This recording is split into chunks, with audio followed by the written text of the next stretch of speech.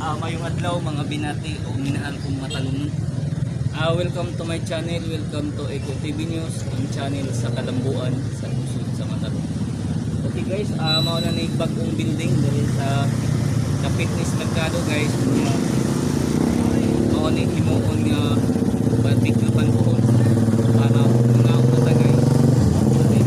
Samtang review sa magkabay-nabay na sakyanan. Di rin nata mga unod mga barbecue. Kini taga Matalon may event tanang diri na ta guys. Ako naghahangyo sa tanang taga Matalon ato gayong suportahan ang administrasyon kanunay headed by our beloved Mayor Eric S. Pahulio mga kauban para magpadayon ang kalambuan sa lungsod sa Matalon. Unsa may rason ato malang suportahan kanunay para ang mga programa nga giandam sa katawhan magpadayon kay mas nindot man ang donate teamwork guys para mas dali ang klase sa pag-implement sa project alang sa katawhan sa lungsod sa Matalon. Welcome to my channel, welcome to Eco TV News, ang channel sa kalambuan sa lungsod sa Matalon. Eco Live diri sa merkado, diri sa lungsod sa Matalon.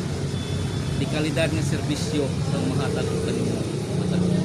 Home ito guys.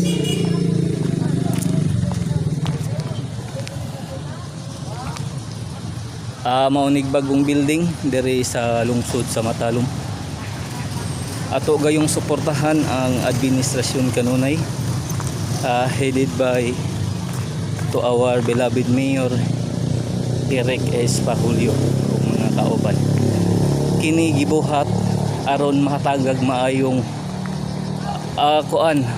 maayong kanang lugar ang katawhan sa lungsod sa Matalon pohon o ganahan na kay himuan ni og kuan guys kanang barbecuehan para og dunay mga event diri na ta mga on diri sa ibabaw mao ni agbagong building diri sa lungsod sa Matalon.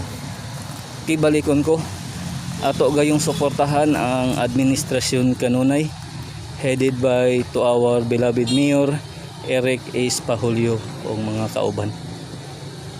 Unsa may rason ato malang ipadayon ang atong pagsuporta para magpadayon ang kalambuan diri sa lungsod sa Matalon.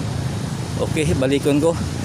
Welcome to my channel, welcome to Eco TV News, ang channel sa kalambuan sa lungsod sa Matalon.